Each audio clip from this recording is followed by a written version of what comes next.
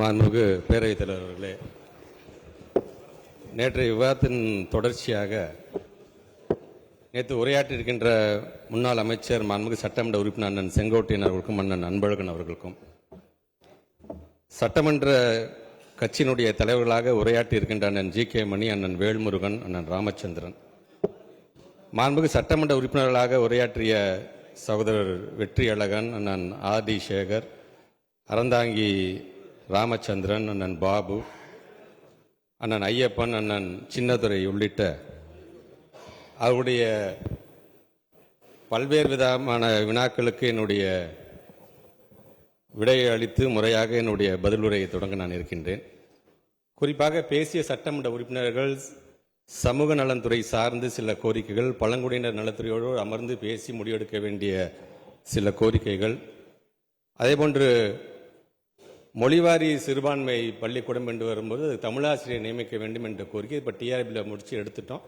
அந்த case release ஆகிடுச்சுன்னா கண்டிப்பாக அவர்களும் டெடிக்கேட்டடாக ஒவ்வொரு தமிழாசிரியர்களும் அங்கே நியமிக்கப்படுவார்கள். சாதி பெயரை பற்றியும் இங்கே பேசியிருக்கீர்கள். நம்முடைய நீதியரசர் சந்துரு அவர்களுடைய தலைமையில் ஒரு ஒன்மேன் கமிஷன் அங்கே போட்டு அதுக்கான அந்த பரிந்துரை இருந்து கொண்டிருக்கின்றது. அரசாங்கத்தினுடைய பரிந்துரைப்படி அதற்கான ஒரு முடிவும் எடுக்கப்படும். போக்சோ விழிப்புணர்வு கண்டிப்பாக இன்றைக்கு பல இடங்களில் அந்த போக்சோக்கான விழிப்புணர்வை நாம் ஏற்படுத்தி கொண்டிருக்கின்றோம். இங்கே உரையாற்றிருக்கின்ற சட்டமன்ற உறுப்பினர்கள் 1098 ஒவ்வொரு புத்தகத்திலும் இருக்க வேண்டும் என்று சொல்லியிருக்கிறார்கள். ஏற்கனவே ஒவ்வொரு புத்தகத்திலும் இருக்கின்றது. 1098 மட்டுமல்ல, 14417 என்கின்ற அந்த நபரும் அந்த ஒவ்வொரு புத்தகத்திலும் இருக்கிறது என்பதை நான் தெரிவித்துக் கொள்கின்றேன். கடினமான பாடங்களுக்கு நாம் தனியாக அதற்கென்று ஒரு வீடியோ பதிவோடு அந்த ஈஸியாக அது புரிகிற வண்ணம் இருக்க வேண்டும் என்ற கோரிக்கை. ஏற்கனவே மணற்கேணி அப்படிங்கிற ஒரு செயலியை நாம் உருவாக்கி இருக்கின்றோம். கிட்டத்தட்ட அந்த மணற்கேணியில் மட்டும் பார்த்தீங்கன்னா ஒரு 8,96,000 பேர் அந்த ஆப்பை இன்னைக்கு டவுன்லோட் பண்ணியிருக்கிறார்கள். தேர்வு மையங்களை பொறுத்த வரைக்கும் நேற்றே நம்முடைய மாண்புமிகு சட்டமன்ற உறுப்பினர் அண்ணன் செங்கோட்டையன் அவர்கள் கேட்ட பொழுது நான் கூட சொன்னேன், நான் கிட்டத்தட்ட 50 + 70 10ஆம் வகுப்பும் 12ஆம் வகுப்பும் 120 நாங்கள் கொண்டு வந்திருக்கோம் என்று சொன்னோம். அதோட நம்முடைய மாண்புமிகு துணை முதலமைச்சரை அழைத்து ஒரு வருஷத்துக்கு சொல்ல வேண்டாம், தொடர்ந்து இந்த 2021 எவ்வளோ தேர்வு மையங்கள் கொண்டு வந்திருக்கோன்னு சொல்லுங்க அப்படின்னு சொன்னார். ஆக அந்த வகையில் 10ஆம் வகுப்பு 410 தேர்வு மையங்களும் 12ஆம் வகுப்பு 415 புது தேர்வு மையங்களையும் நாம் உருவாக்கி இருக்கிறோம். தனியார் பள்ளிகள் அந்த ஃபீக்கான தனியாக ஒரு கமிட்டி நம்ம போடும். ஏற்கனவே 2009 நம்முடைய முத்தமிழர் கலைஞர் காலத்திலே தனியார் பள்ளியோட அந்த கட்டணத்தை வரைமுறைப்படுத்துவதற்காக ஒரு ஃபீ கமிட்டி போட்டு அது முன்னாள் நீதியரசர் தலைமையில் இன்றைக்கி பாலசுப்ரமணியன் என்கின்ற முன்னாள் நீதியரசர் தலைமையில் அந்த கமிட்டி இருக்குது. கமிட்டி நிர்ணயம் சொல்வதை தாண்டி யாரும் இப்போ அதிகப்படியாக வாங்கக்கூடாது என்கின்ற அந்த விதிமுறையும் இருக்கின்றது. அதே போன்று இங்கே பேசிய சின்னதுரை அவர்கள் இந்த லேப்டாப் அந்த டேப்லாம் எப்போ நீங்கள் கொடுக்க போகிறீங்க என்று சொன்னாங்க. இது நான் அதிமுக ஆட்சி காலத்திலே பார்த்தீங்கன்னா ஒரு 2,30,000க்கும் மேற்பட்டிருக்கின்றவர்களுக்கு அதோடு நிறுத்திட்டாங்க கொடுக்க வேண்டியது. அதன் பிறகு கொரோனா காலம் இன்று பல்வேறு விதத்தில் அதற்கான பிரச்சனைகள் வந்தது என்று சொன்னாலும் நம்முடைய மாண்புமிகு தமிழ்நாட்டு முதலமைச்சரை பொறுத்து நீங்கள் லேப்டாப் அப்படிங்கிற ஒரு கருவி சார்ந்து பேசுகிறீங்க. அந்த கருவியின் மூலமாக வழங்கப்பட வேண்டிய அறிவை பற்றி நாங்கள் பேசுகின்றோம். ஆக அதில் எந்த விதத்தில் நம்முடைய பிள்ளைங்களுக்கு அதர் கண்ட்ரிஸோடு நீங்கள் கம்பீட் பண்ணுற அளவு கிட்டத்தட்ட ஒரு 8,209 ஹைடெக் டாஸ். முன்னாடி high school and higher secondary schools தான் இருந்துச்சு.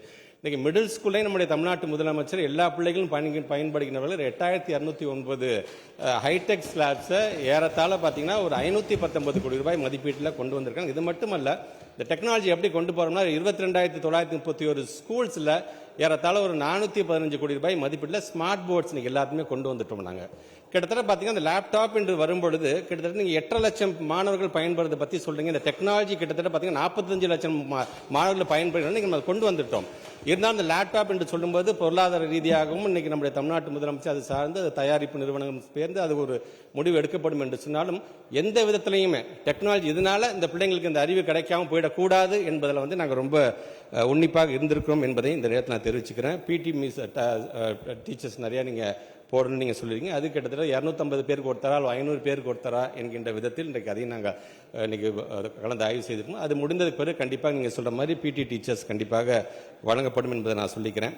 மாணவர் சட்டப்பேரவை அப்படிங்கிறது வேணும்னு சொல்லுங்க. ஏற்கனவே மகிழ்முற்றம் அப்படிங்கிற ஒரு திட்டத்தின் மூலமாக இது ஏற்கனவே நம்ம நடைமுறைப்படுத்திட்டு இருக்கோம். ஏன்னா உங்களுக்கே தெரியும், பிரைவேட் ஸ்கூல்ஸில் தான் பார்த்தீங்கன்னா இந்த ஹவுஸ் கான்செப்ட் வச்சுருப்பாங்க. இப்போ நம்ம அரசு பள்ளியிலே இந்த ஹவுஸ் கான்செப்ட் கொண்டு நீங்கள் சொல்கிற மாதிரியே அந்த மாணவர் சட்டப்பேரவை ஏற்கனவே நம்ம கடந்த ஆண்டே அதை நம்ம தொடங்கியிருக்கிறோம். தரம் உயர்த்துதலை பற்றி நிறைய பேர் கேள்வி கேட்டிருக்கீங்க. கண்டிப்பாக அந்த அறிவிப்பிலே அது வரும் என்பதை நான் சொல்லிக்கிறேன். கல்வி தொலைக்காட்சியை பற்றி அண்ணன் அவர்கள் எடுத்து சொன்னால் கல்வி தொலைக்காட்சி நாங்கள் இன்னும் சீரும் சிறப்புமாக கொண்டு போயிட்டுருக்கோம். அதனால தான் இன்றைக்கி ஏறத்தாழ பார்த்தீங்கன்னா ஒரு 1,23,00,000 ஸ்டூடெண்ட்ஸ் இன்றைக்கி வந்து பயன்படுகின்ற அளவுக்கு அதில் இருக்கிற வீடியோ கண்டென்ட் நாங்கள் கொண்டு போய் சேர்க்கணும். அது பிரைவேட் ஸ்கூலை சார்ந்தவர்களும் அதை பயன்படுத்துகிற அளவுக்கு அதை நாங்கள் செய்து கொண்டிருக்கின்றோம். அண்ணன் அவர்கள் சொன்னாங்க இந்த மாதிரி அரசு பள்ளியிலிருந்து மாணவர் சேர்க்கை வந்து கொஞ்சம் கம்மியாக இருக்குது என்று சொன்னீங்க. அது இயல்பான ஒரு சமூகம் இருக்கும் பொழுதும் கொரோனா போன்ற ஒரு பேரிடர் வந்ததுக்கு பிறகு ஒரு சமூகம் இருப்பதற்கும் நிறைய வேறுபாடுகள் இருக்கின்றது. ஆக அந்த விதத்தில் நீங்கள் 2019-2020 பார்த்தீங்கன்னா கிட்டத்தட்ட ஒரு 68 லட்சத்திற்கும் மேற்பட்டிருக்கின்ற மாணவ செல்வங்கள் அரசு பள்ளியிலும் அரசு உதவி பெறுகின்ற பள்ளியும் இருந்தார்கள். இன்றைக்கு அது கிட்டத்தட்ட 69,57,000 1,18,000 மாணவர்கள் கூடுதலாக வந்திருக்கிறார்கள். நடுப்புற 2021 அதிகமானதுக்கு காரணம் உங்களுக்கு தெரியும். கிராஃபே பார்த்தீங்கன்னா பொருளாதார ரீதியாகவும் எல்லா விதத்திலும் ஒரு ஏறி தான் இறங்கியிருக்கும். ஏன்னா வாழ்வாதாரம் பாதிக்கப்படும் போது ஒட்டுமொத்தமாக எல்லாரும் பிள்ளைங்கள் எங்கே போய் இருந்து சேர்க்குறாங்கன்னா அரசு பள்ளியை நோக்கி வந்து தான் சேர்க்குறாங்க. பிறகு வாழ்வாதாரம் சீரழியும் போது எப்படியாச்சும் கடனுடன் வாங்கி தனியார் பிள்ளை சேர்க்கணும் அவர்கள் ஆசைப்படுறாங்க. அது அவருடைய விருப்பம். இது ஜனநாயக நாடு. எந்த பிள்ளை வேணா எங்கே வேணா படிக்கிறாங்கன்னா எங்களை பொறுத்த வரைக்கும் பிள்ளைங்க படிக்கணும், எஜுகேஷன் சிஸ்டத்தை விட்டு வெளியில் போயிடக்கூடாது என்கின்ற விதத்தில் அந்த பிள்ளைங்களையும் இன்னைக்கு நாங்கள் வந்து எங்களுடைய பிள்ளைகளாக தான் பார்த்து நாங்கள் அதை செய்து கொண்டிருக்கின்றோம். அதே மாதிரி அண்ணன் வேல்முருகன் வந்து ரொம்ப ஒரு நல்ல கருத்து சொன்னாங்க. இந்த ஜாங் எட்டல் அப்படிங்கிற ஒரு ஸ்மார்ட் போன் மூலமாக அடிக்ஷன் ஆகுது குழந்தைங்க.